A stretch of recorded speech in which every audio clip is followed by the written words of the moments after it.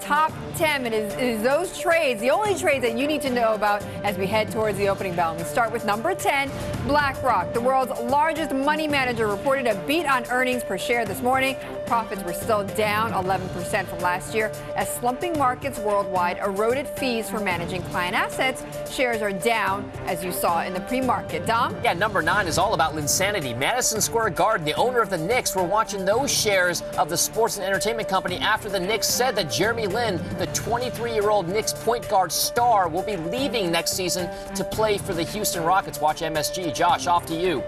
Number 8 is Saks, Dom. This department store was cut to sell from neutral by Goldman, saying that the consensus doesn't reflect the tougher macroeconomic conditions the store faces and slowing top-line growth. Goldman cut the price target to $9 per share, Betty. Well, from banks to technology, Intel is your number 7 stock to watch. The world's largest semiconductor maker scaled back its annual sales forecast, predicting a revenue gain of just 3 to 5% this year as PC demand, computer demand, remains weak in the U.S. and also in Europe. Sheila? Well, I'm going to stick with tech because number 6 is Facebook. Shares are up this morning just a little bit ahead of that company's report, but certainly some things to keep an eye out for. In fact, a report by Capstone Investments indicated that the number of users fell over the past 6 months as the largest social networking site struggles to add new users in some of the markets, including the U.S. Josh?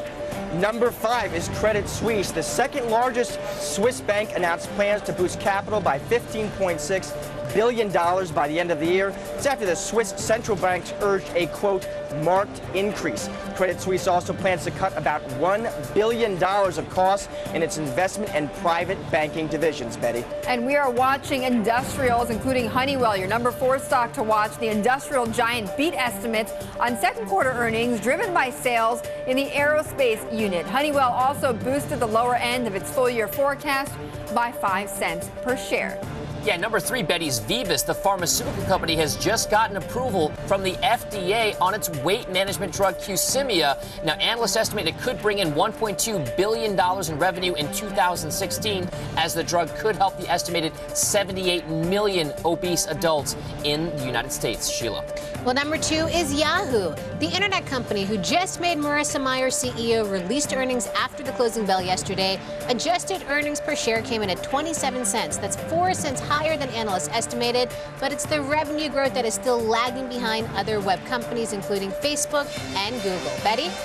And your number 1 stock, as we're hearing the opening bell, is Bank of America, reporting earnings of 19 cents a share, beating estimates of 15 cents. CEO Brian Moynihan announced today that the bank will make $3 billion more in cuts at the investment bank and trading units. The company's shares have surged 42% this year, making it the best performing stock in the Dow.